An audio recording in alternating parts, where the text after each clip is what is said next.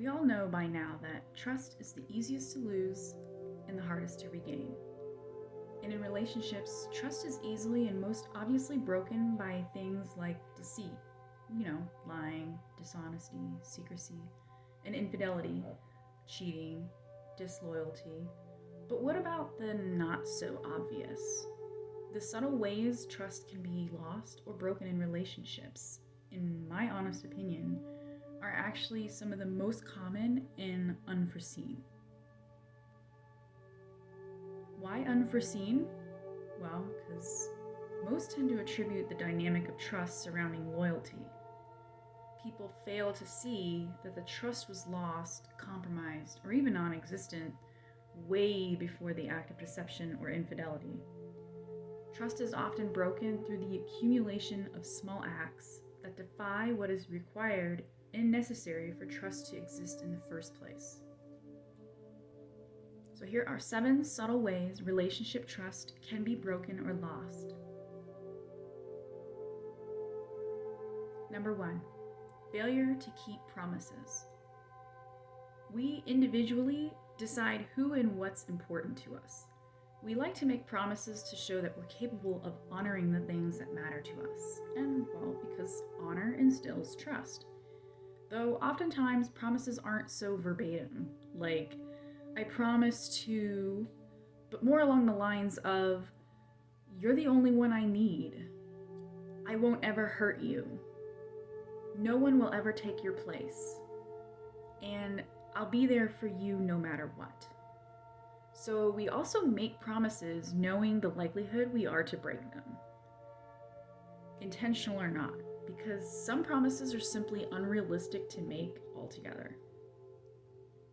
Here we are promising our partner that we will never fail them, while at the same time mistakenly forgetting their birthday one year. Of course, this does not negate the fact we also make simple, easy promises we fail to keep. We forget that simple promises are some of the most important ones. Nonetheless, we've all broken promises, big or minuscule. Let's be real here. That doesn't mean going against our word won't have some negative effect or consequence. So if your partner has told you for the nth time that they only have eyes for you, yet continue to passively and apathetically like other random women's half-naked pictures on social media, they're going against their word and ultimately breaking their promise. Yeah, I said what I said. And lust doesn't spell trust, even if it's hidden in the mind. So first things first, in order for trust to have a fighting chance to exist, each person must get right with their heart. Number 2, words and actions don't add up. We hear this one so often that I wonder if it's simply a fart in the wind. That if he says one thing and does another, or vice versa, this should be instant red flags. If he tells you he's free this weekend and then he can't wait to see you, but then winds up spending all weekend with the guys instead, does this match up? If you find him losing sleep at night because he's up late texting his female coworker, but he says, simmer down, we're just friends, when you address your concerns about it, do his walk and his talk add up? No, ma'am. The talk and the walk are key binders in building trust. Trust doesn't work without the other. When words and actions don't align, it's because there's aberrancy and defiance. Trust cannot exist on that playing field. Number 3, withholding certain information, aka keeping secrets from your partner. But let's unpack this a bit more, because what exactly constitutes as a secret? We could say withholding anything that would or could be detrimental to our partner or the relationship, though it's safe to say we all keep certain information from our partner to some degree, even if we mean no harm or ill intent. Every individual ultimately decides what certain information is private or sensitive, worthy of withholding from their partner. Acceptable or not is also the other partner's individual prerogative. Technically, I don't need certain access to my husband's privacy, such as his email social accounts, bank account, phone passcode, etc., to know whether he can be trusted or that there's trust in our relationship. But I look at it like this: my husband's transparency of that access to his sensitive, private information reinforces my trust in him, as well as his trust in me not to abuse that access of his transparency. This goes both ways. Therefore, I find it strange when partners will gatekeep certain information that, at some point, makes no sense to keep secret or private in the relationship.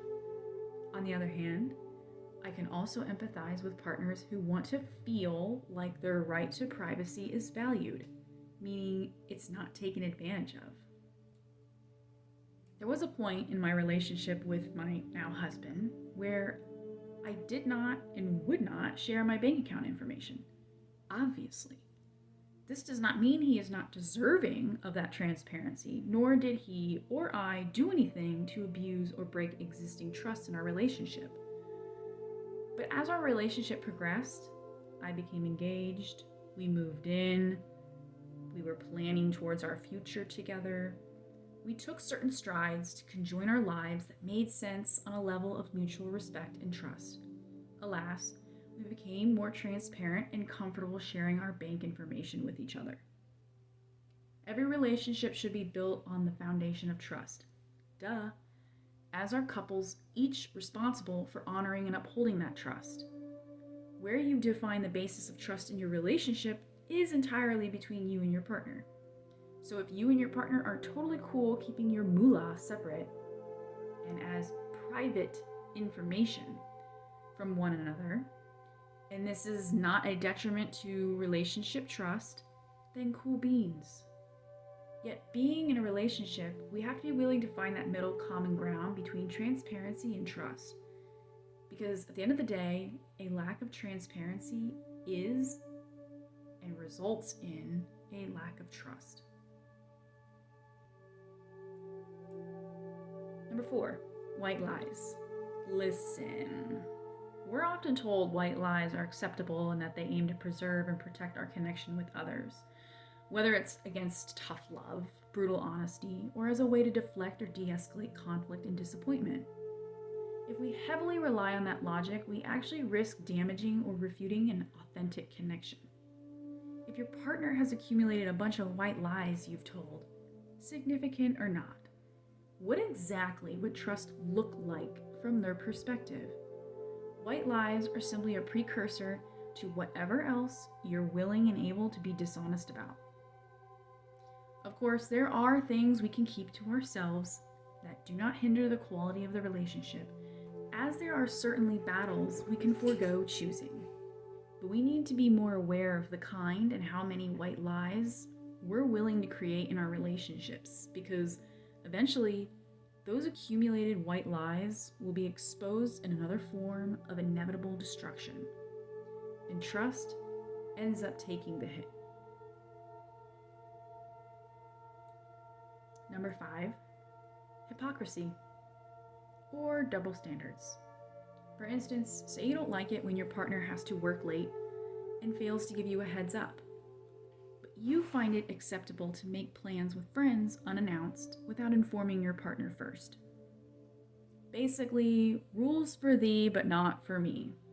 And this behavior can leave you questioning your partner's motives as well as their values in life and relationships. So when you claim to have moral standards yet don't actually mirror them, this is hypocrisy. For example, you think flirting is an act of cheating, but you have it convinced that you're just being nice to those of the opposite sex when you exude flirtatious behavior. This not only inhibits trust in a relationship, but has the ability to destroy it.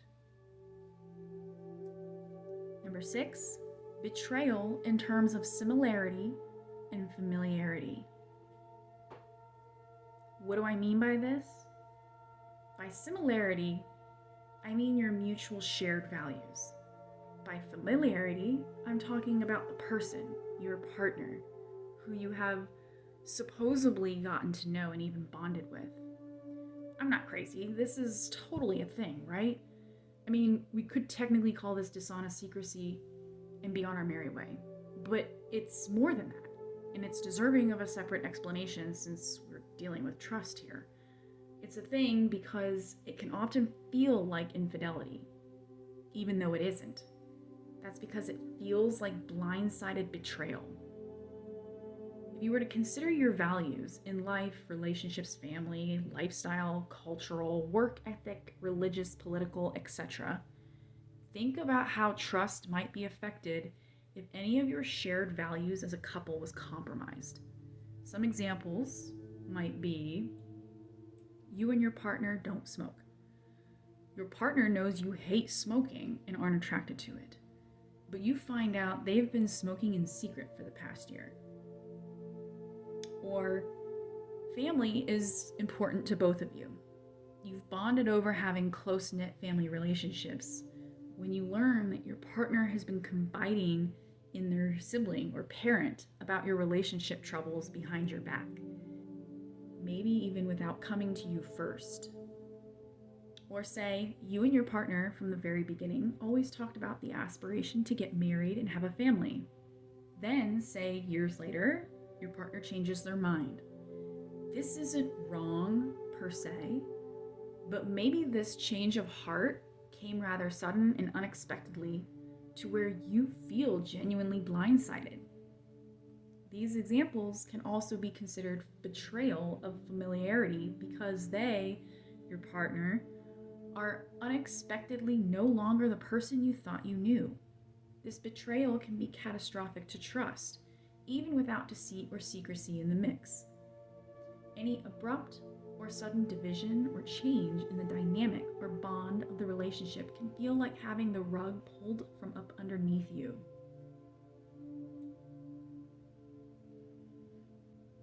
And lastly, number 7, unreliability, inconsistency, and unavailability.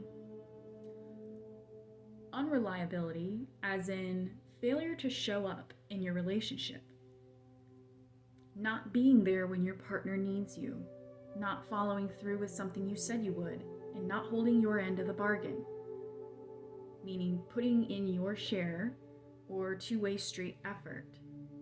These are just a few examples. Unfortunately, we are faced with the growing independent mindset in society where we are encouraged to depend on no one, which also dangerously translates to being undependable. And we have to be careful with this because building and maintaining trust in relationships requires interdependence, reliability, and dependability. Inconsistency creates and results in doubt and uncertainty. Expressing your love for your partner one minute, then threatening to end the relationship the next. Giving harsh criticism or judgment more over support and praise, and extended periods of disconnect. PSA: you won't always feel connected to your partner.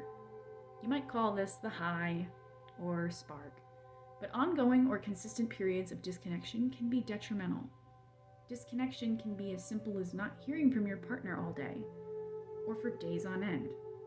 Sure, while consistency is not perfection, inconsistency is broken down into extremes, such as hot and cold behaviors.